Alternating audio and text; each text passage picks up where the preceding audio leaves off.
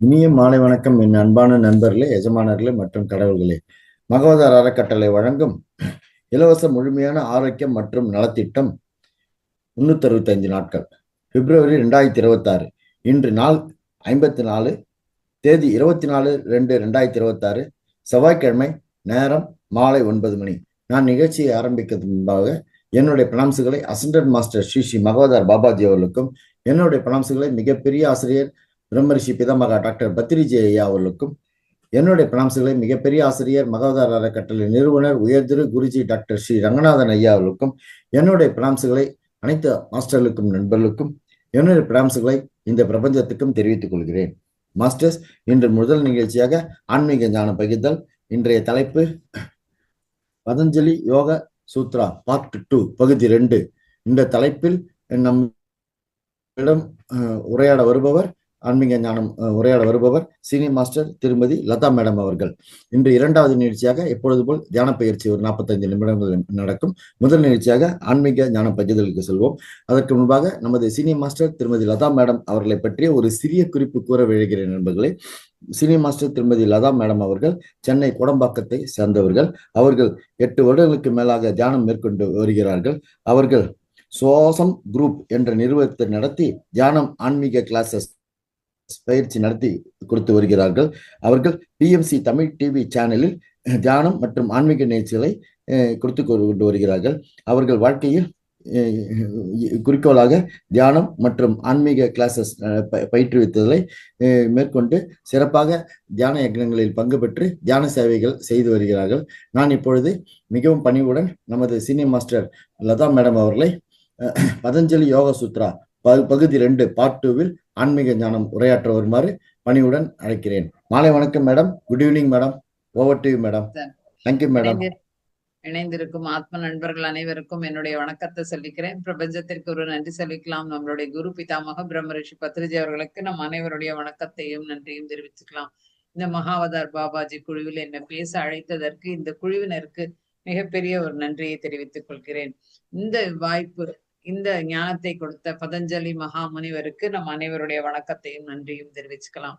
நம்ம போன கிளாஸ்ல என்ன பார்த்தோம் அப்படின்னு சொன்னா, பதஞ்சலியின் அஷ்டாங்க மார்க்கம், புத்தர் யோக சூத்திரம், அதாவது 8 வழிப்பாதை, புத்தரோட 8 வழிப்பாதை மாதிரி பதஞ்சலியோடது 8 வழி அப்படின்றது.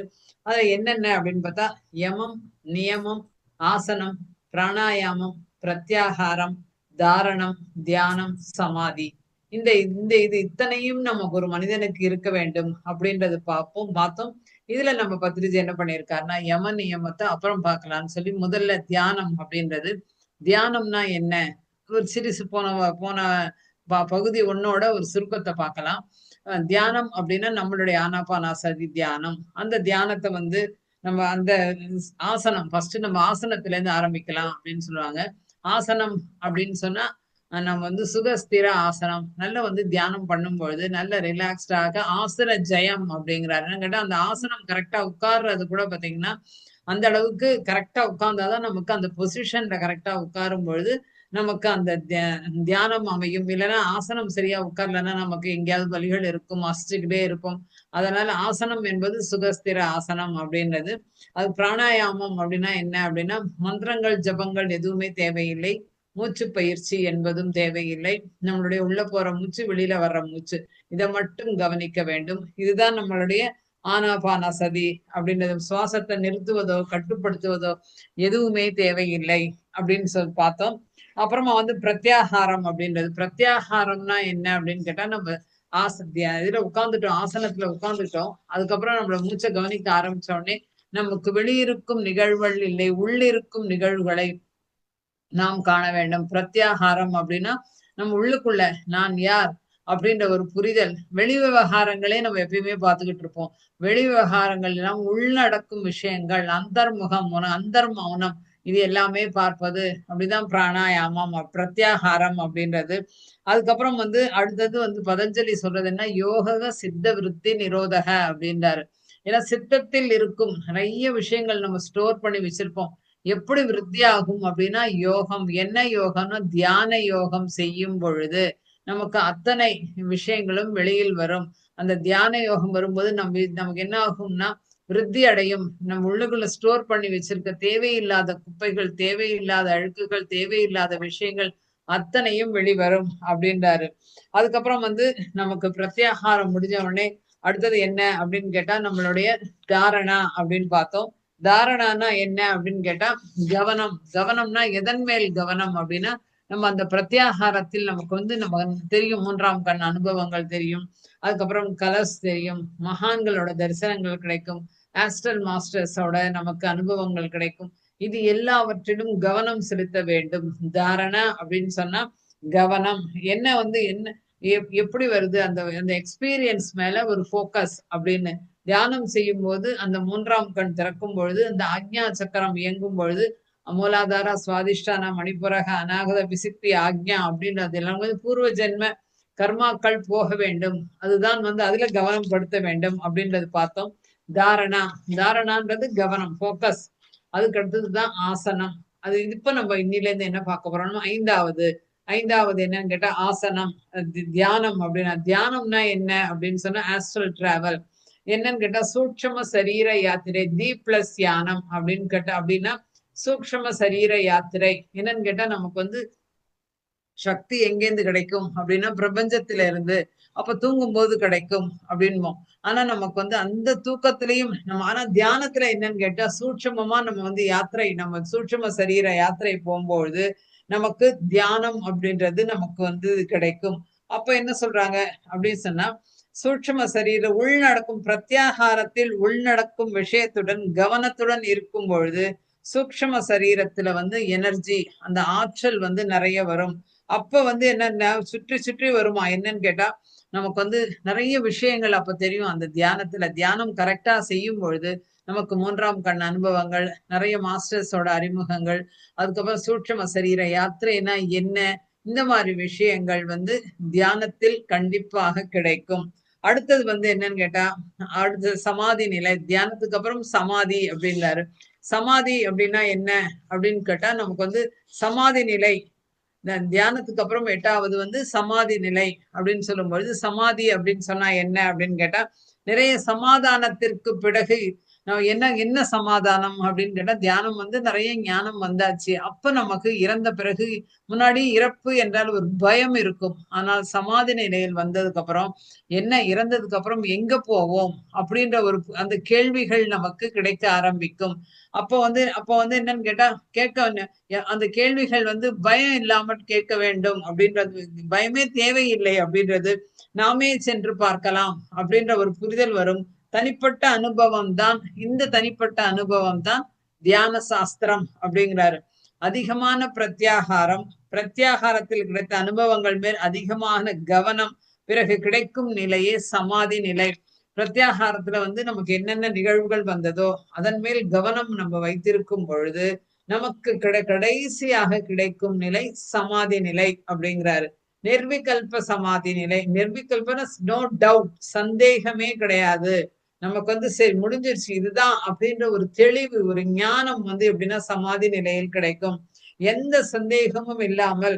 சில சந்தேகங்கள் நமக்கு வந்து என்ன ஆகும்னா தீர்ந்து இருக்கும், சில சந்தேகங்கள் தீர்ந்து இருக்காது. அதுதான் விகல்ப சமாதி அப்படின்றது. அப்போ வந்து என்னன்னு கேட்டா எங்க அம்மா இறந்து போயிட்டாங்களா, முன்னாடி என்ன பண்ணுவோம், கஷ்டப்படுவோம், அழுவோம், ஐயோ எங்க அம்மா இல்லையே எனக்கு, எங்க அம்மா இறந்து போயிட்டாங்க. ஆனா இந்த சமாதி நிலையில் நிர்விகல்ப சமாதி, சந்தேகம் இல்லாத ஒரு சமாதி நிலைக்கு வரும் பொழுது என்ன கிடைக்கும் அப்படின்னு கேட்டா எங்க அம்மா வந்து எங்க போயிருக்காங்க, ஏதோ ஒரு உலகத்துல இருக்காங்க, அவங்களுடைய உடல் தான் அழிந்தது, ஆன்மா அழிவதில்லை அப்படின்ற ஒரு பயம் இல்லாமல் கேள்விகளுக்கு பதில் கிடைக்கும். நம்முடைய கேள்விகளுக்கு கேள்வி என்ன வரும்னா நிறைய பதில்கள் கிடைக்கும். அப்ப வந்து என்ன சொல்றாரு அவருன்னு சொன்னா இன்னொரு நிறைய நிறைய கேள்விகள் நமக்குள்ள வந்துகிட்டே இருக்கும். அதற்கான விடைகள் வரும். அந்த கேள்விகள் ஒரு ஞானத்துடனான ஒரு கேள்விகளாக இருக்கும். இதுதான் தியான யாத்திரை அப்படிங்கிறாரு. தியானம், ஆனந்த யாத்திரை, ஆரோக்கிய யாத்திரை, சத்திய யாத்திரை, இது எல்லாமே இந்த தியானம் சரியாக செய்யும் பொழுது கண்டிப்பாக கிடைக்கும். தியானம் இல்லாமல் ஆரோக்கியம், ஆனந்தம் எதுவுமே கண்டிப்பாக இருக்காது. வந்தா போல இருக்கும்.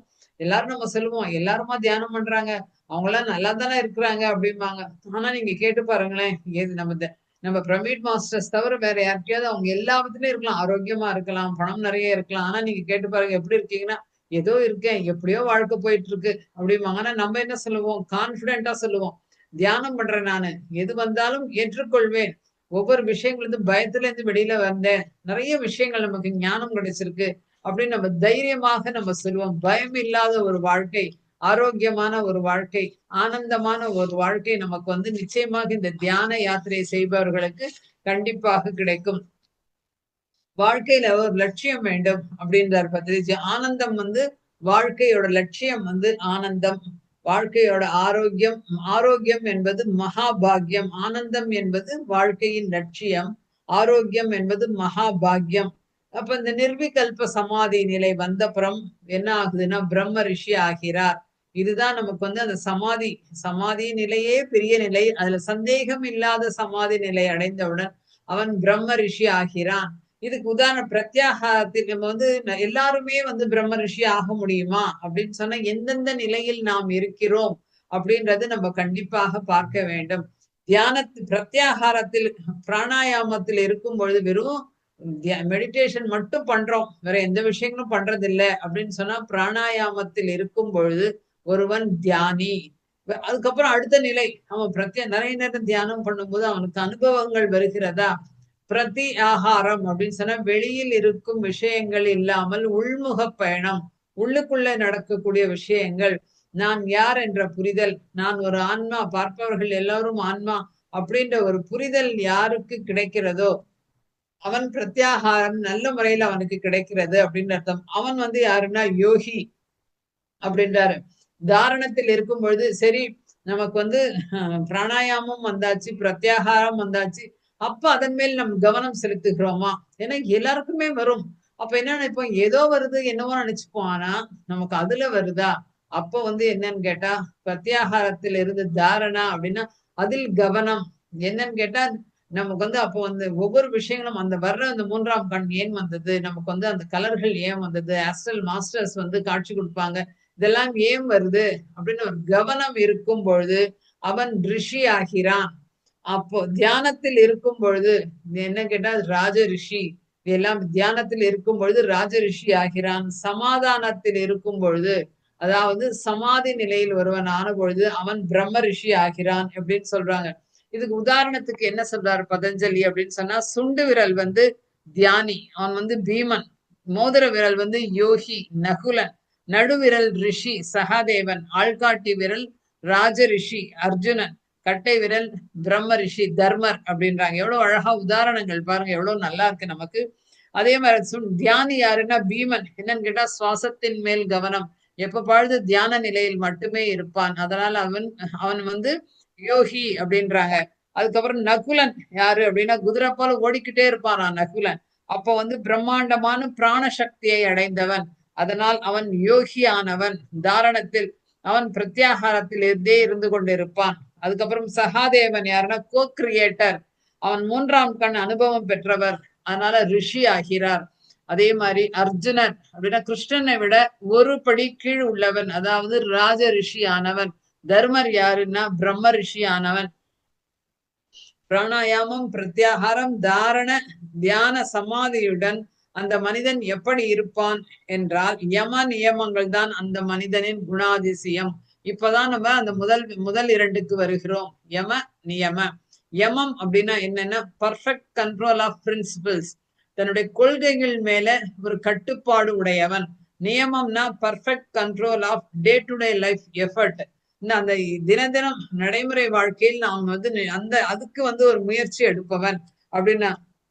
அப்போ வந்து என்னன்னு கேட்டா குணம் எப்படி இருக்கும், அந்த நிலையில் இருப்பவனுக்கு குணாதிசயங்கள் எப்படி இருக்கும் அப்படின்னா பிரம்மச்சரியம், அதாவது சமாதி நிலை அடைந்தவன் எப்பொழுதும் பிரம்மச்சாரி அப்படின்றாரு, அஸ்கலித பிரம்மச்சாரி. அப்ப என்னன்னு கேட்டா ஆத்மா, நான் ஒரு ஆத்மா என்ற நினைவு மட்டும்தான் அப்பொழுது இருக்கும். என்ன அதுக்கப்புறம் உடல் ரீதியாக இல்லை, எதுவுமே ஆத்ம ரீதியாக.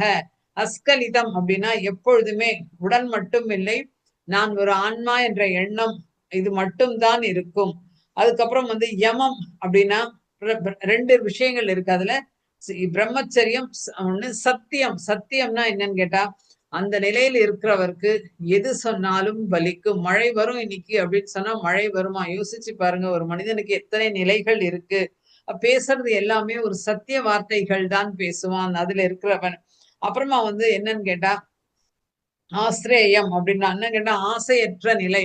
என்ன ஆசையற்ற நிலைன்னா அவனுக்கு வந்து நம்ம பொதுவா வந்து அப்பா இது எனக்கு வந்து அவங்களுக்கு 2 வீடு இருக்குப்பா, நமக்கு ஒரு வீடு தான் இருக்கு, அவங்க கிட்ட 4 கார் இருக்கு, நம்ம கிட்ட ஒரு கார் தான் இருக்கு, அவங்க நிறைய பசங்க நல்லா படிக்கிறாங்க இப்படின்ற ஒரு ஆசைகள் எல்லாருக்குமே இருக்கும். சாதாரணமாக எல்லா மனிதனுக்கும் இருக்கும்.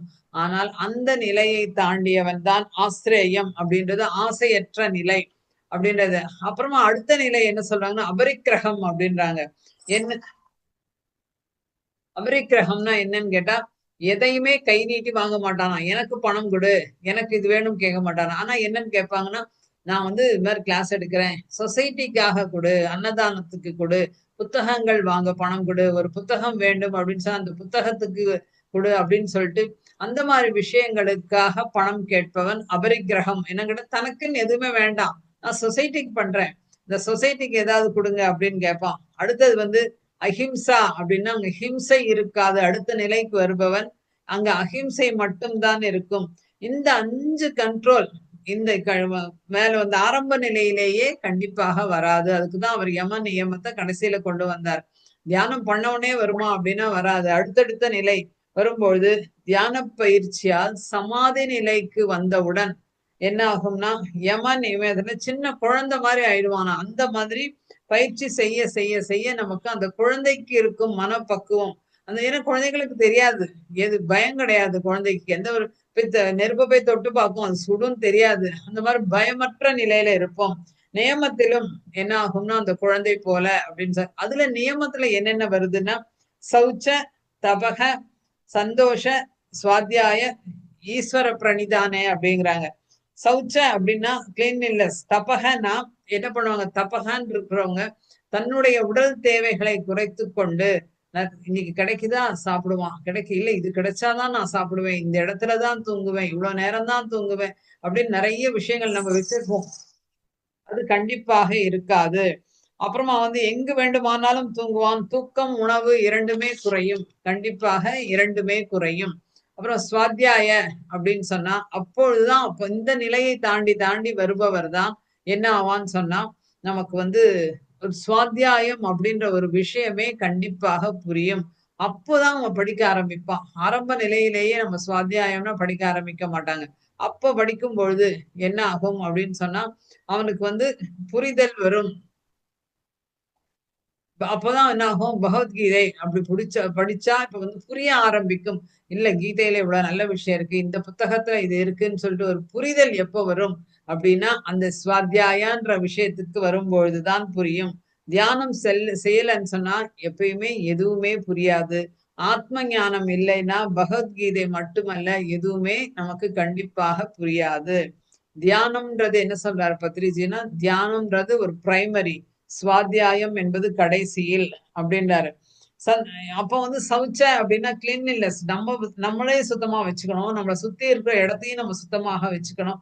ஒவ்வொரு விஷயத்திலயுமே சுத்தம் அப்படின்றது ஒண்ணு. மனசு சுத்தம் வேண்டும் முதலில். மனம் சுத்தமாக இருக்கிறதா, நான் எல்லாம் அவுட்டர்ல உலகாய விஷயங்களை நான் சுத்தமா இருக்கேன், ஆனா இன்னர்ல நான் யாரையாவது எதையாவது சொல்லிக்கிட்டே இருக்கேனா, யாரையாவது குறை சொல்லிக்கிட்டே இருக்கனா, அந்த நிலை இல்லாமல் எதிலும் எதிலும் சுத்தம் இருக்கிறதா அப்படின்றத பார்க்கணும். சந்தோஷம் அப்படின்னா எப்ப பார்த்தாலும் ஒரு சந்தோஷ நிலை, யாரை பார்த்தாலும் ஒரு சந்தோஷமாக இருப்பார்கள். சந்தோஷம் வந்து ஏன்னு கேட்டா ஒரு சிலர் பார்ப்போம், நமக்கு வந்து எவ்வளவு கஷ்டம் இல்ல இங்க இங்க போய் இருக்கோம், ஆனா அதையும் ஒரு சந்தோஷமா கொண்டாடுவாங்க. அவங்க முகத்திலேயே ஒரு தேஜஸ் இருக்கும். நிறைய விஷயங்கள் நம்ம தியான பயிற்சி இவ்வளவு விஷயங்கள் வந்ததுக்கு அப்புறம் நம்ம சின்ன சின்ன விஷயங்களை கூட நம்ம என்ஜாய் பண்ணி கஷ்டமே வந்தா கூட பெருசா காட்டிக்க மாட்டாங்க. அன்னைக்கு சாப்பாடே நல்லா இல்லாம நல்லா இருந்தது, இது இன்னைக்கு கிடைச்சது இல்ல, இது எவ்வளவு பெரிய விஷயம் அப்படின்னு சந்தோஷப்படுவோம். அதனால் சந்தோஷம் அப்படின்றது இருக்கும். தபக அப்படின்னு சொன்னா என்ன அர்த்தம் அப்படின்னு சொன்னா தபக அப்படின்னு சொன்னா தேவைப்பட்டா சாப்பிடுவான், இல்லைன்னா பட்டி இருப்பான். அது எப்ப பாரு நமக்கு என்ன ஆகும், சாப்பிட்டாதான் நமக்கு வந்து நல்லா இருக்கும், சாப்பிடலன்னா நல்லா இருக்காது அப்படிலாம் நினைப்போம். சாப்பாடு என்பது கண்டிப்பாக தேவை.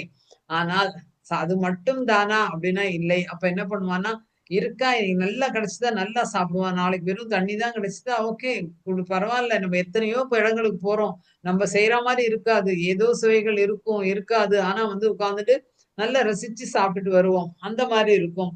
சுவாத்தியாய அப்படின்னு சொன்னா எப்பயுமே வந்து ஒரு புரியும் புரியும் சுவாத்தியாயம் சொன்னா அந்த நிலைக்கு வரும்பொழுதுதான் படிப்பது என்பது படித்தால் புரியக்கூடிய நிலை. புஸ்தகத்தை வச்சுக்கிட்டு இருப்போம், படிச்சுக்கிட்டு இருப்போம், புரியுதா புரியலையா அப்படின்றது தெரியாது. அப்ப நாம் எந்த நிலையில் இருக்கிறோம்? ஏன்னா ஃபர்ஸ்ட் அந்த சுவாத்தியாயம் என்பது கவனம் அதன் மேல் இருக்க வேண்டும்.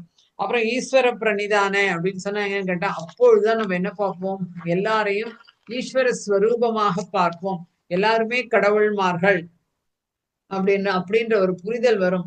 அப்போ வந்து நல்ல மனம் வரும்பொழுதுதான் நமக்கு என்ன தெரியும், உலகம் நல்ல விதமாக தெரியும். சமாதி நிலையை அடைந்தால்தான், இந்த தியானத்தில் சமாதி நிலையை அடையும் பொழுதுதான் ஈஸ்வர பிரணிதாம், எல்லாரும் ஈஸ்வர ஸ்வரூபம் அப்படின்ற ஒரு புரிதல் எப்போ வரும்னா அப்ப வந்து என்ன ஆகும், அகம் பிரம்மாஸ்மி அப்படின்ற ஒரு புரிதல் வரும். இந்த அகம் பிரம்மாஸ்மி என்ற புரிதல் வரும் பொழுது தொடர்ந்து ஒரு பயிற்சி பயிற்சி பயிற்சி, திருப்பி திருப்பி பத்திரிகை சொல்றது உட்கார்ந்துக்கோ, உட்காரு உட்காரு உட்காரும் பாரு, எப்ப பாரு கண்ணை முடிக்கோ கண்ணை முடிக்கோன்னு. அப்ப வந்து என்ன ஆகும்னா அப்பொழுதுதான் இந்த மாதிரி செய்யும் பொழுதுதான் எல்லாரும் பிரம்ம ரிஷி ஆக முடியும். கண்டிப்பாக பிரம்ம ரிஷி நம்ம யார் இவங்கதான் ஆகணும் அவங்கதான் ஆகணும்ன்றது கிடையாது, எல்லாருமே பிரம்ம ரிஷி ஆக முடியும்.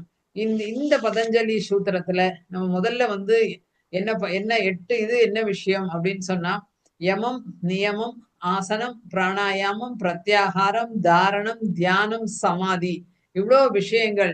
அப்ப அந்த யமம் நியமத்துல ஆரம்பத்திலேயே இருந்தா நமக்கு தேவைப்படாது, தியானம் தேவைப்படாது. அதுதான் வந்து கடைசியில கொண்டு வந்தார் பத்ரிஜி. ஏன்னா தியானம் வந்து சமாதிக்கு பிறகு தான் வந்து தர முன்னாடி வராது.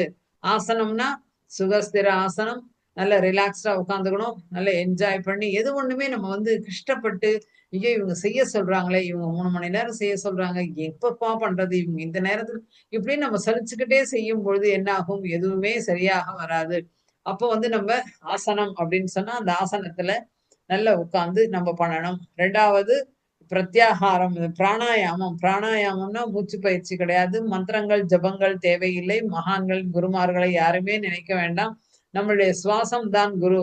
உள்ள போற மூச்சு வெளியில வர மூச்சு, சுவாசமே குரு சுவாசமே கடவுள் அப்படின்றோம். ஏன்னா சுவாசம் தான் நமக்கு வந்து நம்ம இந்த சுவாசம் இருக்கிற வரை நாம் சிவம், சுவாசம் இல்லை என்றால் நாம் சவம். அப்போ அந்த சுவாசத்திற்கு நாம் எப்படி இருக்க வேண்டும், உள்ளபடி உள்ளதை உள்ளபடி கவனிப்பதுதான் பிராணாயாமம் அப்படின்னாரு. அதுக்கு வந்து பிஎஸ்எஸ்எம்ல நம்ம அதுதான் சுவாசத்தின் மீது கவனம் அப்படின்றோம். அதுக்கப்புறம் பிரத்யாகாரம், அப்போ வந்து என்ன ஆகும்னா சகல பிராணிகளுடன் நட்பு, ஒன்றாக இருப்பது, அப்படி இருக்கும் பொழுது உங்களுடைய ஆளுமை திறம் வெளிப்படும் பொழுது அகம் பிரம்மாஸ்மி என்ற ஒரு புரிதல் வரும். அப்புறம் பிரத்யாகாரம். பிரத்யாகாரம்னா நம்மளுடைய கால்கள் மூலம் 10% ஆற்றல் வெளியில் போகும், கைகள் மூலம் 10% ஆற்றல் வெளியில் போகும், கண்கள் மூலம் 80% ஆற்றல் வெளியேறும். அதையெல்லாம் கட்டுப்படுத்த வேண்டும் அப்படின்னா சமப்படுத்த வேண்டும் அப்படின்னா மூளையில் தோன்றும் எண்ணங்கள் மூலம் நிறைய சக்தி வெளியே போகும், அதையும் சமப்படுத்த வேண்டும். அதுதான் பதஞ்சலி சொல்றது யோக சித்த விருத்தி நிரோதகா. தியான யோகம் செய்யும் பொழுதுதான் நமக்கு அந்த சித்தத்தில் இருக்கும் அழுக்குகள் எல்லாமே வெளியில் வரும். அப்ப வந்து எப்பவுமே நம்ம என்ன பார்ப்போம், உலகாய விஷயங்கள், கணவன் மனைவி உறவு இதையே கேட்டுக்கிட்டு இருப்போம். அது இல்லாமல் நமக்கு வந்து இல்ல, இது வேற, இது தேவை, ஆனால் அதற்கும் நாம் வந்து அதற்கும் முன்னாடி நமக்கு உள்பயணம் செய்ய வேண்டும் அப்படின்ற ஒரு புரிதல் எப்ப வரும்னா அந்த பிரத்யாகாரத்தில் இருக்கும் பொழுதுதான் இருக்கும். அப்போ வந்து என்ன ஆகும், நிறைய பிரத்யாகாரத்துல நிறைய கடவுள்கள் தெரிவார்கள், நிறைய கலர்ஸ் தெரியும். இந்த மாதிரி விஷயங்கள் சொல்லும் பொழுது நம்ம கண்ணை மூடி உட்கார்ந்து இருந்தாலே போதும், சிவன் தெரிவார், விஷ்ணு தெரிவார், உண்மை இது எல்லாமே. ஆனா எல்லாருக்கும் தெரியுமா, தெரியலன்னா தவறா அப்படின்னா அதுவும் கிடையாது. கண்டிப்பாக எந்த ஆன்மாவிற்கு தேவையோ அந்த ஆன்மாவிற்கு கிடைக்கும். இல்லைன்னு சொன்னா நமக்கு மாற்றங்கள், நமக்கு வந்து 3ஆம் கண் அனுபவம் தான் வேணும் அப்படின்னு அது நிறைய பயிற்சி செய்ய செய்ய செய்ய வரும். ஆனால் எல்லாமே தெரியவில்லை என்றால் தவறு கிடையாது. இன்னொன்னு ஏன்னு கேட்டா நமக்கு வந்து எந்த ஆன்மாவுக்கு தேவையோ அந்த ஆன்மாவுக்கு கண்டிப்பாக தெரியும். இன்னொன்னு வந்து அதை விட என்னன்னு கேட்டா மாற்றங்கள் வந்திருக்கிறதா நம்மளுடைய வாழ்க்கையில, நம்ம வந்து before meditation after meditation self check பண்ணிக்கிட்டே இருக்கணும். பண்ணும் பொழுது நமக்கு மாற்றங்கள் தெரிகிறதா, நம்ம பேசுறத குறைச்சிருக்கிறோமா, நம்ம சைவமாக மாறி இருக்கிறோமா, நம்ம உடல் தேவைகளை கொஞ்சம் கொஞ்சமா குறைச்சிருக்கோமா? ஏன்னா எப்ப பாரு உடம்பு உடம்புன்னு இந்த சுகத்திலேயே இருப்போம். அது இல்லாமல் நம்ம சர்வீஸ் பண்றோமா? சேவை, இந்த முக்கியமான ஒரு விஷயம் சேவை. ஏதாவது ஒரு சேவை. யாரால என்னென்ன முடியுமோ அதை செய்யலாம். சின்ன விஷயங்கள் கூட சேவைதான். பெருசா செய்யணும்னு அவசியம் இல்ல. ஒரு மெசேஜ் நீங்க ஃபார்வர்ட் பண்றீங்க ஒரு குரூப்புக்கு, அதுதான் என்னால முடியும்னா அதுவும் ஒரு சேவை தான் கண்டிப்பாக. ஃபர்ஸ்ட் நம்ம இருந்த இடத்தில் இருந்து கொண்டே நாம் சேவை செய்கிறோமா? இந்த மாரி விஷயங்கள் தான் வந்து நமக்கு வந்து அந்த மாரி விஷயங்கள் செய்யும் பொழுது நமக்கு என்ன ஆகும்னா, நம்மளுடைய ஆற்றல் ஜாஸ்தியாக இருக்கும். அப்புறமா தாரணை அப்படின்னா, பிரத்யாகார விஷயத்தில் நடக்கிற விஷயத்தின் மேல் கவனம். கவனம் செல்லும்பொழுது பூர்வ ஜென்ம கர்மாக்கள், அந்த கர்மாக்கள் போக வேண்டும் என்ன விசுக்தி ஆக வேண்டும். விசுக்தி அப்ப என்னன்னு கேட்டா மொத்த கர்மாவும் முடிஞ்ச பிறகுதான் அந்த 3ஆம் கண் திறப்பு என்பது என்படும். விசுக்தி அப்படின்னா டோட்டலா ஃபுல்லா எத்தனை ஜென்மம் ஏன்னு கேட்டா நம்ம தியானம் பண்ண உடனே எல்லாம் சரியாயிடுமா அப்படின்னு கேட்டா அதற்கு தியான சாதனை நிறைய போகவில்லை என்றால் கர்மா கழியவில்லை என்ற அர்த்தம். ஏன்னு கேட்டா எத்தனை ஜென்மத்துக்கு முன்னாடி நம்ம என்ன பாவம் பண்ணமோ தெரியாது. திருதராஷ்டிரன் வந்து கிருஷ்ண பரமாத்மா கிட்ட கேக்குறாரு, எனக்கு ஏன் 100 குழந்தைங்களை சாகடிச்ச, எனக்கு ஏன் கண்ணை குருடாக்குனன்னு சொல்லும்போது, நீ வந்து 10 ஜென்மங்களுக்கு முன்னாடி ஒரு 100 பறவைகள் இருந்த ஒரு கூட்டம் நீ வந்து மரத்தை அந்த காடையே எரிச்சிட்ட. அதனால அப்ப வந்து நீ வந்து அம்பு எய்தையில ஒரு மயிலோட கண்ணு போயிடுச்சு, அதான் உனக்கு கண்ணு இல்ல. சரி அதுக்கு ஏன் 10 ஜென்மாக்கள் என்னை இது பண்ணி வச்சு இப்ப சோகத்தை கொடுக்குறேன்னா, நீ 100 பிள்ளைகள் பிறப்பதற்கு நல்ல கர்மா பண்ணணும்ல. இந்த 10 ஜென்மாவா நல்ல கர்மாக்கள் பண்ண. அதனால வந்து அது ஆக மொத்தம் நீ பண்ண பாவ கர்மாக்கான பலன் கண்டிப்பாக உண்டு. அப்படின்னு அப்ப வந்து அதனால நமக்கு வந்து இப்ப என்னென்ன தியானம் பண்ண உடனே சரியாயிடுச்சான்னா, நம்ம எத்தனை பாவங்கள் பண்ணமோ, எத்தனை எத்தனை ஆடுகள் சாப்பிட்டோமோ, இந்த ஜென்மால இல்லைன்னா கூட போன ஜென்மால சாப்பிட்டுருக்கலாம். எவ்வளவோ விஷயங்கள் அதற்கான பலன் தான் இப்போ நமக்கு வந்து. ஆனால் தியானம் செய்யும்பொழுது இந்த ஞானம் வந்த பிறகு ஏற்றுக்கொள்வோம். என்னன்னு கேட்டா, இல்லப்பா எனக்கு தலை வலிக்குது எனக்குன்னா, சரி என்னவோ நான் தியானம் பண்றேன், எல்லாமே பண்றேன், புத்தகங்கள் வாசிக்கிறேன், சர்வீஸ் பண்றேன். ஆனாலும் ஏன் வருதுன்னா, என்ன ஜென்மால என்ன பண்ணணும் தெரியாது. ஓகே நம்ம தாங்கிக் கொள்கிற மனப்பக்குவம் வருதா, அக்செப்டன்ஸ் வருதா அப்படின்ற ஒரு புரிதல் வரும். அதனால வந்து என்ன கேட்டா நிறைய நிறைய பட்டினிகள், பிரச்சனைகள், வாய் பேச முடியாது, இது மாதிரி நிறைய விஷயங்கள் வரும். அப்போ வந்து நமக்கு வந்து அநாகதம் பாப விமோசனத்திற்கு பிறகு எல்லா பாவங்களும் போயாச்சு. நான் நிறைய தியானம் பண்ணியாச்சு, நிறைய சைவம் வந்து சைவம் ஆயாச்சு, சைவ பிரச்சாரம் பண்றேன், நிறைய சர்வீஸ் பண்ணதுக்கு அப்புறம் தான் என்ன ஆகும் அப்படின்னா ஆக்ஞா சக்கரம் 3ஆம் கண் திறக்கும் அப்படின்னு. அப்ப நம்மளுடைய மூக்கே பிரமிட் வடிவம். அப்போ வந்து இந்த மூக்கில் நம்ம வந்து 3ஆம் கண் திறக்கும். பிரத்யாகாரத்தில் கிடைத்து அதன் மேல் கவனம் பார்ப்பதன் மூலம் உள்ளிருக்கும் விஷயத்துல கவனம், அதாவது அதுதான் தாரணா அப்படின்னு பார்த்தோம். அதுக்கப்புறம் தியானம் அப்படின்றது ஆஸ்ட்ரல் டிராவல், D+ தியானம், சூக்ஷ்ம சரீர யாத்திரை. அந்த யாத்திரை போகும்போது நமக்கு என்ன கிடைக்கும்னா ஒரு பயம் இல்லாமல் இருப்போம். முன்னாடி ஒரு இறப்பு என்ற பயம் இருக்கும். இப்ப அதெல்லாம் கிடையாது. நமக்கு வந்து ஏதோ ஒரு இருக்கு அப்படின்னு சொல்லிட்டு வேறு வேறு உலகங்கள் இருக்கு. அங்க போயிருப்பாங்க அவங்க எல்லாம். அங்க போய் என்ன பண்றாங்களோ அவங்கவங்களுக்கான பாடங்கள் அங்க கத்துப்பாங்க அப்படின்ற ஒரு புரிதல் இருக்கும் பொழுது இந்த சமாதி நிலை அப்படின்னு வரும். சமாதி நிலைன்னா நிர்விகல்ப சமாதி, நோ டவுட். ஏன்னு கேட்டா நான் ஒரு ஆன்மான்றதுல கண்டிப்பா நான் ஒரு சந்தேகம் இல்லாமல் அதை ஏற்றுக்கொள்கிறேன் அப்படின்ற வரும்பொழுதுதான் என்ன ஆகுதும் நமக்கு இந்த அகம் பிரம்மாஸ்மி என்ற ஒரு புரிதல் வரும். அப்ப வந்து பாத்தீங்கன்னா யம நியமம் அப்படின்ற ஒரு விஷயங்கள் வரும். அப்படி வரும்பொழுது இத்தனை விஷயங்கள் வரும்பொழுது நமக்கு என்ன ஆகும்னா நமக்கு சந்தோஷம் வரும், நல்ல ஆரோக்கியம் வரும், நிறைய விஷயங்கள் வரும். அப்ப வந்து அந்த சமாதி நிலையை அடைந்த பிறகு ஒருவன் என்ன ஆகிறான் அப்படின்னு சொன்னா அவன் பிரம்ம ரிஷி ஆகிறான் அப்படின்னு. நல்ல மனம் வரும்போது அந்த ஈஸ்வர பிரணிதானே, எல்லாரும் ஈஸ்வர ஸ்வரூபத்தில் பார்ப்போம். நானும் கடவுள், மற்றவர்களும் கடவுள். அவங்களும் அந்த நிலை. ஏன்னா நான் ஃபர்ஸ்ட் ஒரு ஆன்மான்ற நம்ம முன்னாடி என்ன பண்ணுவோம், நம்ம ரொம்ப கிரேட் அப்படின்லாம் நினைச்சுட்டு இருப்போம். ஆனா நம்ம கிரேட் இல்ல, ஒவ்வொருத்தரும் கிரேட் தான். அவங்க வேலைகளில், அவங்க சூழ்நிலைகளில், அவங்க ஞானத்தில் அத்தனை பேரும் என்னன்னு கேட்டா ஒரு மகத்தான ஒரு ஆன்மாக்கள். ஒவ்வொரு யூனிக் பர்சன், ஒவ்வொரு ஆள். நீங்க இந்த கைரேகை ஒவ்வொருத்தருக்கும் ஒரே மாதிரி இருக்கா சொல்லுங்க? ஒவ்வொருத்தருக்கும் வேற வேற மாதிரி இருக்கு. அப்போ ஒவ்வொருத்தரும் ஒரு யூனிக்கான ஒரு பர்சன், உன்னதமான ஆன்மாக்கள். இப்படி நம்ம ஞானம் வந்த பிறகு அவன் கண்டிப்பாக பிரம்ம ரிஷி ஆகிறார்.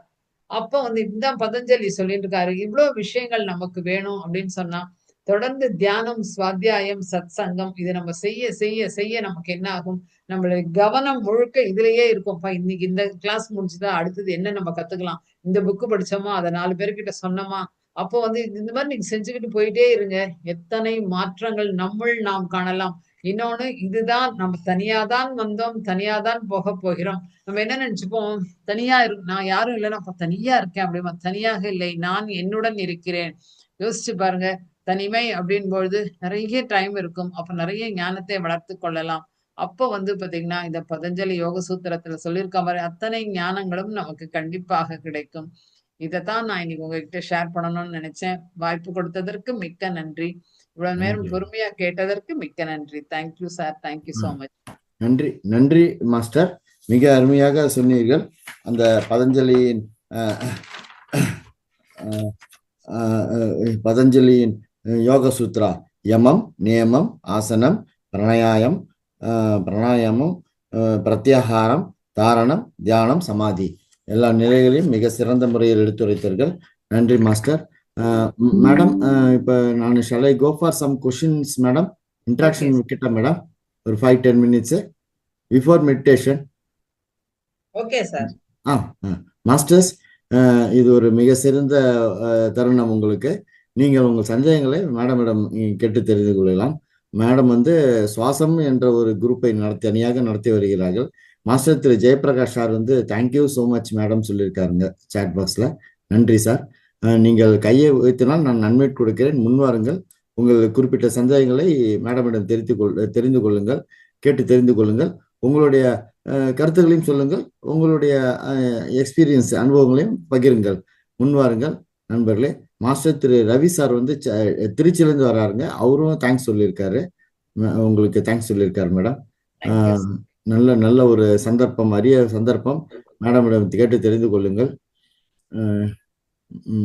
மேடம் வந்து தங்களுடைய பிஸி ஷெட்யூல்லையும் வந்து நமக்கு இதை சொல்லியிருக்காங்க.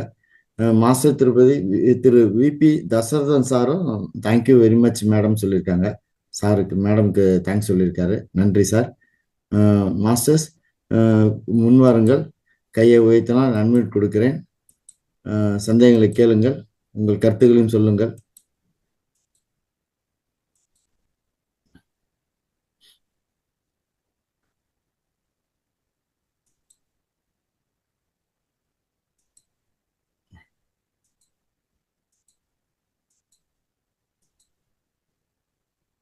மேடம் இன்னைக்கு நமக்கு உற்சாகமா நமக்கு ஒவ்வொரு கருத்தையும் சொல்லிட்டு வராங்க மகோதார் ஃபவுண்டேஷனுக்கு. அதனால் வந்து நீங்க வந்து உங்களுடைய சந்தேகங்களை கேட்டு தெரிஞ்சு கொள்ளுங்கள். அருமையான வாய்ப்பு. மேடம், எனக்கு ஒரு சந்தேகம் மேடம். நீங்க கடைசியா சொல்லும் போது அந்த தியானத்துக்கு அப்புறம் தான் சமாதின்னு சொன்னீங்கல்ல மேடம்? அந்த 8 நிலையில தியானம் நம்ம வந்து தியானம் மேற்கொண்ட பிறகுதான் அது சமாதி நிலை வரும். நம்ம பத்ரிஜி சார் சொல்றதும் அந்த இது பதஞ்சலி யோக சூத்ரா சொல்றது வந்து சமாதி தான் 8வது நிலை. நம்ம சாரும் அதான் மேடம் சொல்றாங்க. அதான் சார், சமாதி தான் 8வது நிலை. சமாதிதான் தியான சாதனை. நிறைய நிறைய நேரம் செய்யும் போது சமாதானம் நிலை வந்த பிறகுதான் சமாதி. நமக்கு எதுலையுமே டவுட் இல்லாமல், எதுலையுமே சந்தேகங்கள் இல்லாமல், நான் தியானத்துக்கு வந்தாச்சு, இத்தனை விஷயங்கள் எதுலையுமே ஏன்னா இப்படியா அப்படியா அப்படின்னாம நம்ம வந்து கரெக்ட், நமக்கு இதுதான் கரெக்ட், இந்த வழிபாதை தான் கரெக்ட், இந்த தியானம் தான் நம்மளை வழி நடத்தும், இந்த தியானத்தினால் வந்த ஞானத்தினால் மட்டும் தான் நமக்கு ஒரு புரிதல் கிடைக்கும் அப்படின்ற நிலை வரும்பொழுதுதான் சமாதி நிலை. அதுதான் கடைசியாக சமாதி நிலை. அப்ப பதஞ்சலி யோக முனிவர் சொன்னதுதான் நம்ம சாரும் சொல்லியிருக்காங்க. அதான் சொல்லியிருக்காங்க. எஸ். ரொம்ப நன்றி மேடம், தேங்க்யூ மேடம். எனக்கு அந்த சந்தேகம் இருந்ததுங்க. மாஸ்டர் திரு பாலமுருகன் சாரும் உங்களுக்கு தேங்க்ஸ் சொல்லியிருக்காரு மேடம். மாஸ்டர்ஸ், உங்க சந்தேகங்களை கேட்டு தெரிஞ்சு கொள்ளுங்க. இதை நீங்க ஃபாலோ பண்ணுங்க, இம்ப்ளிமெண்ட் பண்ணுங்க உங்க லைஃப்ல. நிச்சயமா மாறுதல் நடக்கும். மேடம் சொன்ன மாதிரி 3 மணி நேரம் தியானம், 2 மணி நேரம் சுவாத்தியாயம், 1 மணி நேரம் சஜ்ஜன சாங்கத்தியம் பண்ணுங்க, நல்ல ஒரு மாற்றுதல் ஏற்படும். மாஸ்டர் திரு SR மதன் சார் இருந்து சென்னையில இருந்து வர்றாருங்க madam. Madam, master please proceed master. வணக்கம் சார். மேம், இது எந்த புக்ல இருந்து மேம், எந்த புக்ல படிச்சா இன்னும் டீப்பா தெரிஞ்சுக்க? பதஞ்சலி யோக சூத்ராஸ் நம்ம பிஎம்சில பாருங்க சார், அதுல நம்ம பத்ரிஜியே கொடுத்திருக்காரு. ம். இந்த பத்ரிஜி கொடுத்திருக்காங்க, நிறைய மாஸ்டர்ஸ் பேசியிருக்காங்க. அதுல அது நீங்க கேளுங்க. ஓ, சரிங்க. இதுக்குன்னு தெலுங்குல புக்ஸ் தெலுங்குல இருக்கு. அதுக்கப்புறம் தமிழ்லயும் இருக்கு. தமிழ்லயும் நம்ம பிரதீப் சார் கூட பேசியிருக்காரு. இந்த மாதிரி இதுல ஓ இருந்து எடுக்கிறது. ஓகே. தெலுங்கு அது புக்ஸ் தலை சார், தெலுங்கு புக்ஸ் இருக்கு நிறைய. ம் அது தெலுங்கு ஸ்பீச்சஸும் இருக்கு. நீங்க தெலுங்கு புரியும்னா நீங்க தெலுங்கு ஸ்பீச் கேட்கலாம். ம் தெலுங்குல இருந்து தமிழாக்கம் பண்ணிக்கலாம். நம்ம தமிழ் மாஸ்டர்ஸும் பேசியிருக்காங்க. சரிங்க சரி. Okay thank you sir, thank you. Thank you sir. நன்றி மாஸ்டர் திரு சென்னையில எங்க எஸ்ஆர் மதன் இருக்கீங்க சார் நீங்க? சார். சார் எஸ்ஆர் மதன் வந்து வாஷர்மேன் பெட்டுங்க சார். ஓகே. கரெக்டா சார்? மாஸ்டர் திரு எஸ்ஆர் மதன் சார், அன்மியூட் கொடுக்குறேன் சார்.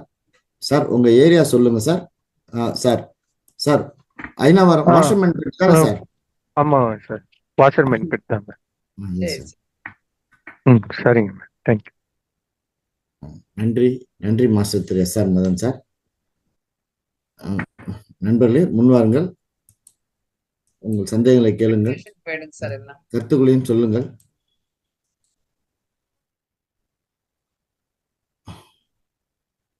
இன்னும் ஒரு மாஸ்டருக்கு வாய்ப்பு கொடுக்கிறேன்.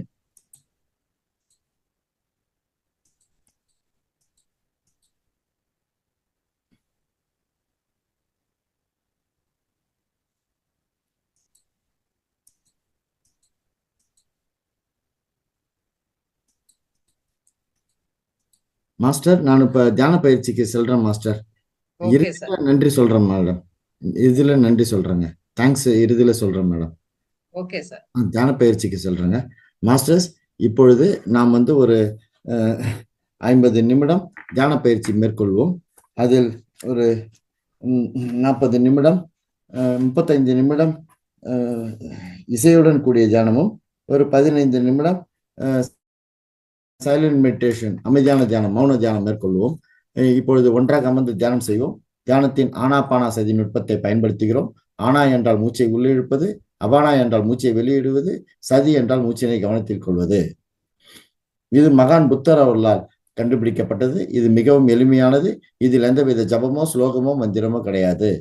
மாஸ்டர்ஸ், நீங்கள் அனைவரும் ஒரு கிளாஸ் தண்ணீர் எழுந்துவிட்டு மேலும் ஒரு கிளாஸ் தண்ணீரை அருகில் வைத்துக் கொள்ளவும். நீங்கள் அமர்ந்திருக்கும் உங்கள் அறையின் விளக்கின் வெளிச்சத்தை குறைத்துக் கொள்ளவும். நீங்கள் கண் கண்ணாடி அணிந்திருந்தால் உங்கள் கண் கண்ணாடியை கழட்டி வைத்து விடவும். இப்பொழுது வசதியாக உட்கார்ந்து உங்கள் முதுகை நேராக வைத்துக் கொள்ளவும். நீங்கள் தரையில் சமணமாக ஒரு விரிப்பில் அமரலாம், அல்லது சேரிலோ சோஃபாவிலோ கூட அமரலாம். அப்படி நீங்கள் சேரிலோ சோஃபாவிலோ அமர்ந்தால் உங்கள் கால்களை குறுக்காக கொண்டு கைகளை விரல்களால் பிணைத்து அவற்றை உங்கள் தொடைகளில் வைக்கலாம். கைகளை விரல்களால் இது போல் பிணைத்து அவற்றை உங்கள் தொடைகளில் வைக்கலாம். இப்பொழுது கண்களை மூடிக்கொண்டு மாஸ்டர்ஸ் இன்னும் ஒரு 50 நிமிடங்களுக்கு தயவு செய்து யாரும் கண்களை திறக்க வேண்டாம். நாம் ஓகே சொல்லும் வரை இப்பொழுது கண்களை மூடிக்கொண்டு இயற்கையாக நடக்கும் உங்கள் சொந்த மூச்சினை கவனியுங்கள். Simple breath, natural breath, normal breath, tender breath. மென்மையான சுவாசம், இலகுவான சுவாசம், இயற்கையான சுவாசத்தை கவனியுங்கள். உங்கள் மூச்சு உங்கள் எஜமானர். எந்த எண்ணங்களையும் உடனே குறைத்து, ஆங்கிலத்தில் கட் யுவர் தாட்ஸ் அல்லது ரெடியூஸ் யுவர் தாட்ஸ், உங்கள் சொந்த மூச்சில் கவனம் செலுத்த தொடங்குங்கள். உங்கள் மனம் எந்த எண்ணமும் இல்லாமல் காலியாக இருக்க வேண்டும். மனம் 0 தாட்ஸ் நிலையில் இருக்க வேண்டும். மாஸ்டர்ஸ், இப்பொழுது ஒரு 35 நிமிடங்களுக்கு இசையுடன் கூடிய தியானம். அந்த இசையுடன் கூடிய தியானத்திற்கு அற்புதமான இசையை இசைப்போம். கடைசியாக ஒரு 10-15 நிமிடங்கள் அமைதியான தியானம். இப்பொழுது இசையை நான் ஆரம்பிக்கிறேன். நீங்கள் தியானத்தை தொடருங்கள். நன்றி மாஸ்டர்ஸ். தேங்க்யூ.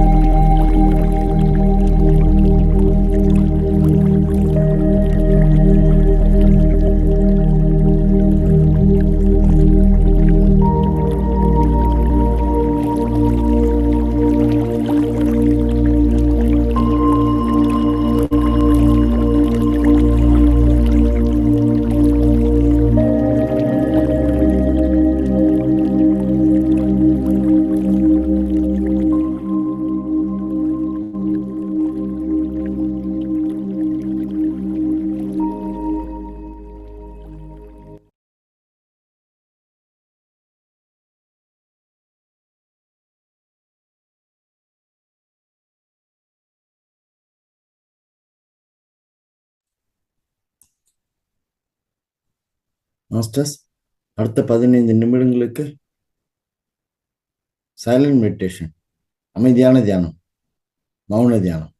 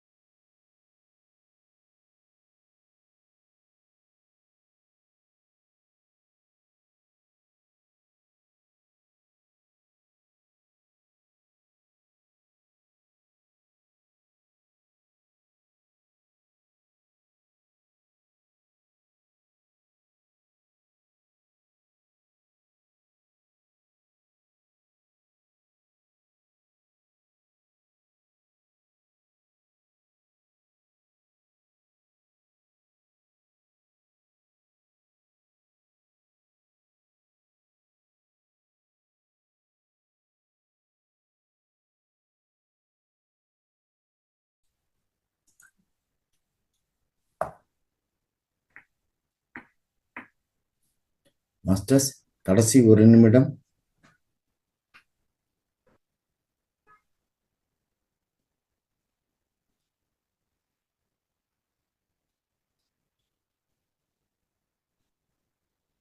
கடைசி 20 வினாடிகள்.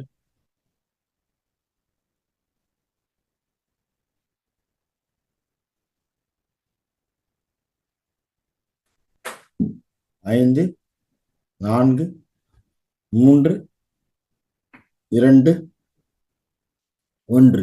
மாஸ்டர்ஸ் இப்பொழுது உங்கள் இரு கைகளின் விரல்களையும் உங்கள் கண்களின் மேல் மெதுவாக வைக்கவும். அந்த சக்தியினை 5 வினாடிகள் உணரவும். 5, 4, 3, 2, 1. மாஸ்டர்ஸ் இப்பொழுது உங்கள் இரு கைகளையும் உங்கள் கண்களின் மேலிருந்து மெதுவாக விலகவும். மாஸ்டர்ஸ் இப்பொழுது உங்கள் இரு கண்களையும் மெதுவாக மலர்ந்த முகத்துடன் திறக்கவும். நன்றி மாஸ்டர்ஸ். நாம் இப்பொழுது ஒரு மிகச்சிறந்த தியானத்தை செய்து முடித்தோம். அனைவருக்கும் நன்றி. நான் இறுதியாக நிகழ்ச்சி நிறைவுக்கு வருகிறேன். இந்த ரெக்கார்டு நிகழ்ச்சியை ஒவ்வொரு நாளும் மகவதா டிவி அவர்கள் யூடியூபில் வெளியிடுகிறார்கள். அதை அனைவரும் சப்ஸ்கிரைப் செய்து, லைக் செய்து, ஷேர் செய்து, கமெண்ட் செய்யும்படி கேட்டுக்கொள்கிறேன்.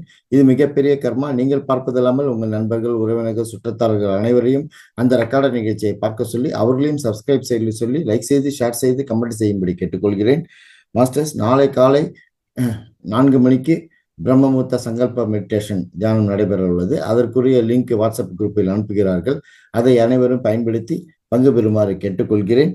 அடுத்ததாக நாளை காலை 5:30 மணிக்கு நிகழ்ச்சிகள் தொடரும். எப்பொழுது போல் நாளை அந்த காலை நிகழ்ச்சி பேட்ச் 11 இறுதி நாள்னால நமது குருஜி டாக்டர் ஸ்ரீ ரங்கநாதன் சார் அவர்களும் சீனியர் மாஸ்டர் திருமதி சுனிதா மேடம் அவர்களும் பங்கு பெற உள்ளார்கள். அதுவும் இல்லாமல் எப்பொழுது போல் இந்த ஆன்மீக ஞான பகுதியில் கௌதம புத்தர் பகுதி 3 என்ற தலைப்பில் ஸ்ரீலகா மேடம் மாஸ்டர் திருமதி ஸ்ரீலகா மேடம் அவர்கள் ஆன்மீக ஞான உரையும் உள்ளது. அனைவரும் பங்கு பெற்று பயன்பெறுமாறு கேட்டுக்கொள்கிறேன். நாளை மாலை நிகழ்ச்சிகள் 9 மணிக்கு தொடரும். அதில் ஆன்மீக ஞான பகுதியில் ஆன்மாவின் பயணம் பகுதி 3 என்ற தலைப்பில் சீனியர் மாஸ்டர் திருமதி பிரேமா மேடம் கிண்டி சென்னையிலிருந்து உரையாற்றுவார்கள். அனைவரும் பங்கு பெற்று பயன்பெறுமாறு கேட்டுக்கொள்கிறேன். நான் இறுதியாக நன்றிக்கு செல்கிறேன். இன்று பதஞ்சலி யோக சூத்ரா பகுதி 2 என்ற தலைப்பில் மிக சிறந்த முறையில் கருத்துக்களை கூறிய திருமதி சீனியர் மாஸ்டர் திருமதி லதா மேடம் அவர்களுக்கு என்னுடைய பணிவான நன்றிகளை தெரிவித்துக் கொள்கிறேன். எனது நன்றிகளை அசண்டட் மாஸ்டர் ஸ்ரீ ஸ்ரீ மகோதர் பாபாஜி அவர்களுக்கும், எனது நன்றிகளை மிகப்பெரிய ஆசிரியர் பிரம்மரிஷி பிதமகா டாக்டர் பத்ரிஜெய் அவர்களுக்கும், எனது நன்றிகளை மிகப்பெரிய ஆசிரியர் மகோதர் அறக்கட்டளை நிறுவனர் உயர்திரு குருஜி டாக்டர் ஸ்ரீ ரங்கநாதன் ஐயா அவருக்கும், எனது நன்றிகளை இன்று இந்த நிகழ்ச்சியில் பங்கு பெற்ற அனைத்து ஆசிரியருக்கும் நண்பர்களுக்கும் எனது நன்றிகளை இந்த பிரபஞ்சத்துக்கும் தெரிவித்துக் கொண்டு நான் நிகழ்ச்சியை நிறைவு செய்கிறேன் மாஸ்டர்ஸ். Thank you masters. நன்றிங்க.